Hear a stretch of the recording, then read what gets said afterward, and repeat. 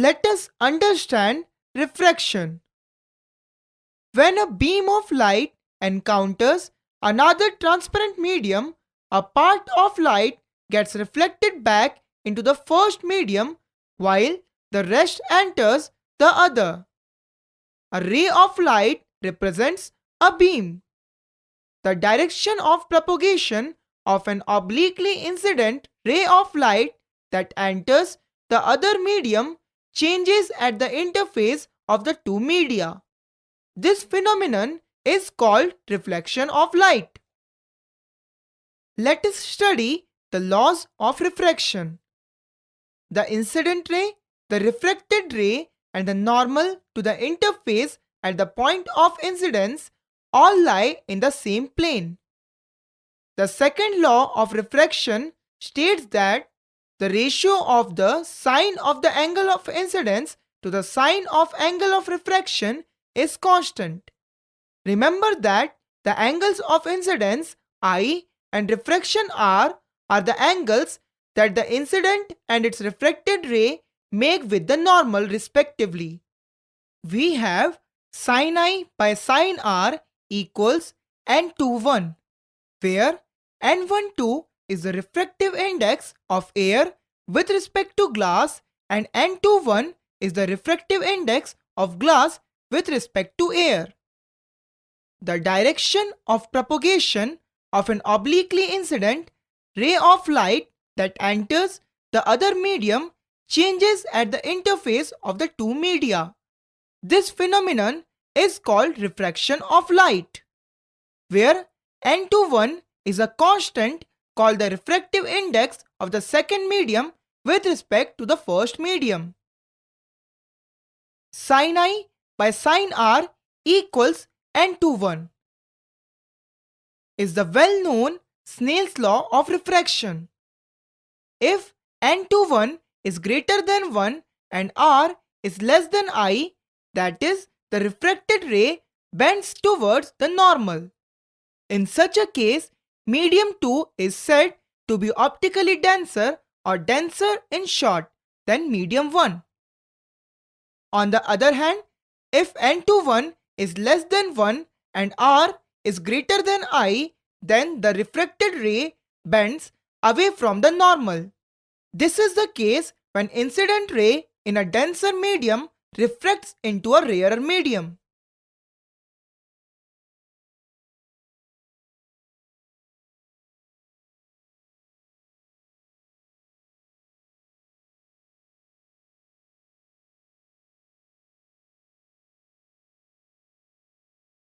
Let us know more about density. Mass density of turpentine is less than that of water, but its optical density is higher. Optical density should not be confused with mass density, which is mass per unit volume. It is possible that mass density of an optically denser medium may be less than that of an optically rarer medium. Optical density is the ratio of the speed of light in the two medias. Mass density of turpentine is greater than mass density of water. This is shown in the animation.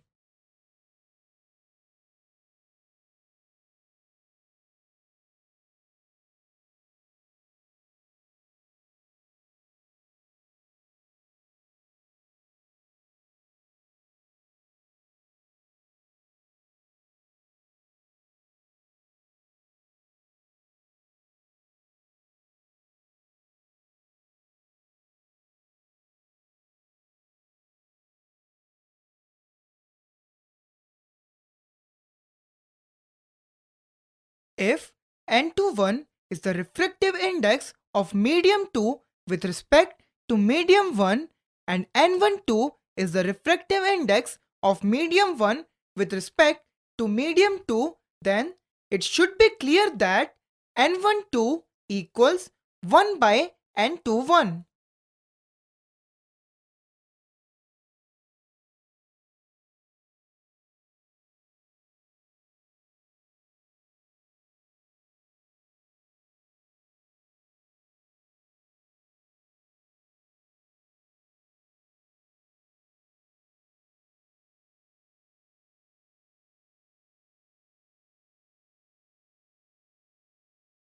If N32 is the refractive index of medium 3 with respect to medium 2, then N32 equals N31 into N12, where N31 is the refractive index of medium 3 with respect to medium 1.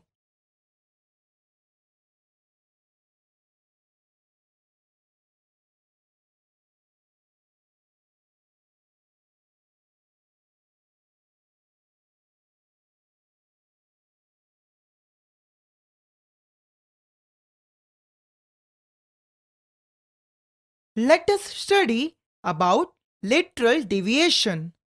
Let's take an example of a light ray traveling through a glass slab.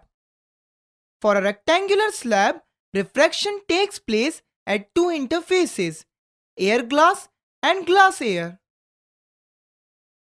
It is easily seen that R2 equals I1, that is, the emergent ray is parallel to the incident ray.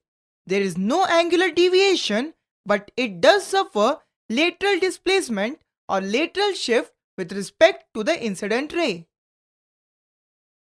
It can be seen that R2 equals I. The ray emerging out of the slab is parallel to the incident ray. The emergent ray suffers a lateral deviation, that is, it shifts to some distance from the incident ray and remains parallel to it.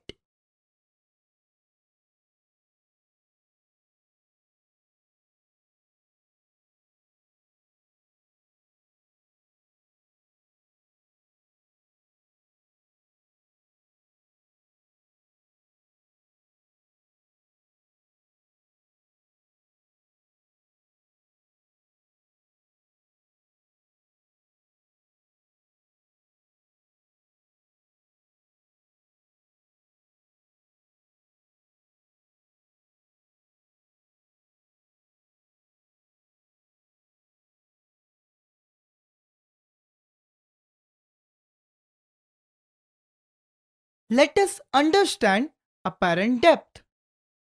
Suppose an observer looks at the object from medium 1, that is air. The real depth of the object from the surface of the water is h2, but due to refraction, the depth seems to be at h1. This is known as the apparent depth. It is found that if N21 is the refractive index of second medium, that is water, H2 and H1 are the real and the apparent depths respectively. The apparent depth is given by real depth divided by the refractive index of the second medium with respect to the first medium. This implies H1 equals H2 by N21.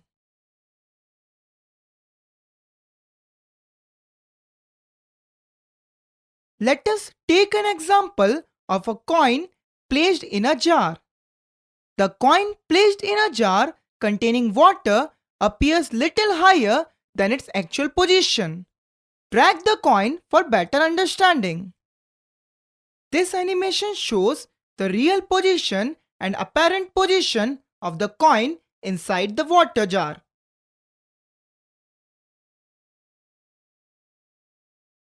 Let us take another example of a fork dipped in a tub of water. Somebody tries to pick the apparent fork, but the real fork is beyond his hand. This is because of the apparent depth he observes of the fork.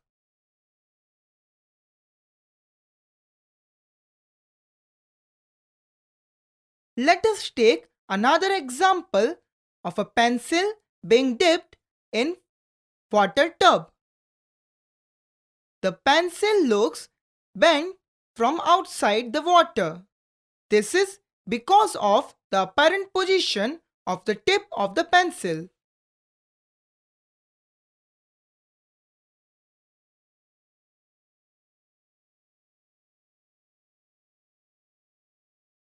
Let us take another example. The floor of the tub containing water appears to be less deep than it actually is.